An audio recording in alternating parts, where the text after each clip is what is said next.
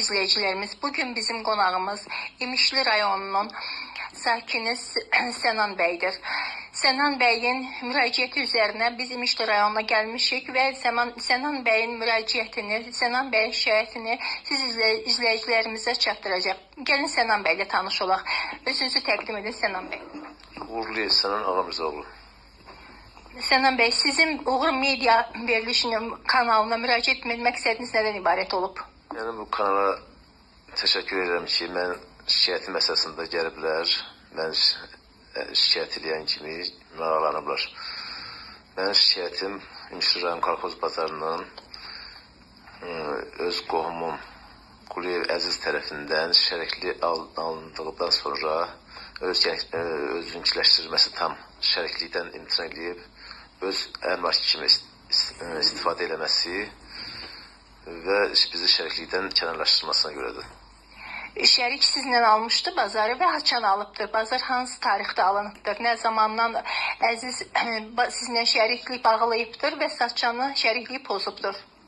99-cu ildə şərikliyi qəbul edib bizlə bazar almağa girib 1999-cu ildən 2000-in ortasına işləmişik bir yerdə. Şərik olsa da, şərik adına olsa da heç bir şəriklik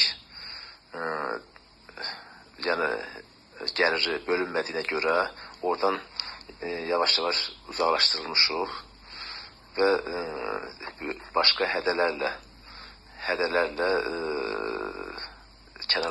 tam kənarlaşdırılmışıq başqa adamların hədəsi ilə. Belə bir ifadə işlətdiniz ki, hədələr.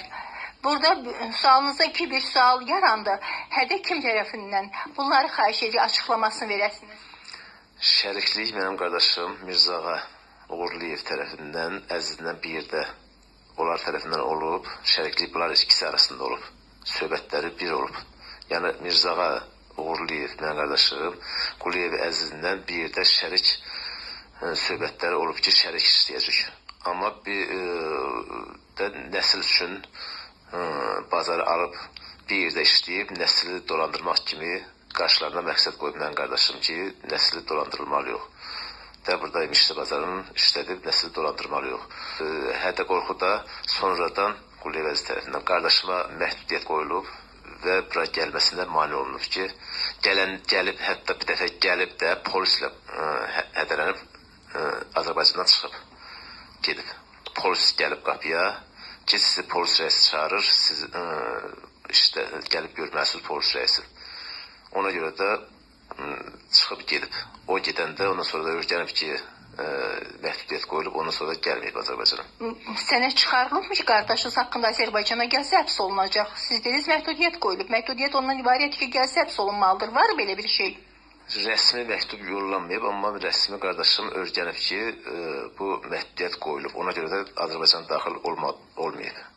Və rəis də Qolavroskunun Cinayət Axtarış şöbəsini yollayıb 2003-cü ildə harasa gələndə, 2003-cü ildə şəriklikdən biraz sonra da gələndə polis rəisi, Cinayət Axtarış şöbəsinin rəisini yollayıb qapıya ki, rəis sizi çağırır. Bu da getmədi, bildi ki, nəsə şərrənmə ola bilər. Prokurora zəng elədi, məni prokuror getdim, qəbul elədi, rayon prokuroru. Zəng elədi rəisə, rəis dedi, ehtiyac yoxdur, yoxdur, gəlməsin. Ondan sonra da qardaşım çıxdı, getdi. Bu belə çıxdı ki, bu qovlamaq üçün bir hədədir ki, gəlməsiz rəisin yanında nəsə tədbir görülməsin deyinir, bu Respublikanı tərk elədi. Prokurorun köməkliyi ilə, rayon prokurorunun köməkliyi ilə o vaxt. Əzizin məgər əlləri bu qədər uzun idi. Əziz Azərbaycan dövlətinin qanunlarına deyil, şəxsi qanunlarla, Azərbaycanda şəxsi qanunlarla, fəaliyyət gözə qeyri-qara qüvvələrlə işləyirdi. Dediyinizdən belə çıxır. Bununla bağlı qardaşınızın hansısa bir hüquq mühafizə orqanlarına müraciəti olubmu? Olmayıb, hüquq mühafizə orqanları olmayıb, çünki ən yuxarı səviyyədə bunun adamları olduğuna görə, hətta bir dəfə gedəndən sonra burada bir neçə il sonra zəng eləyib,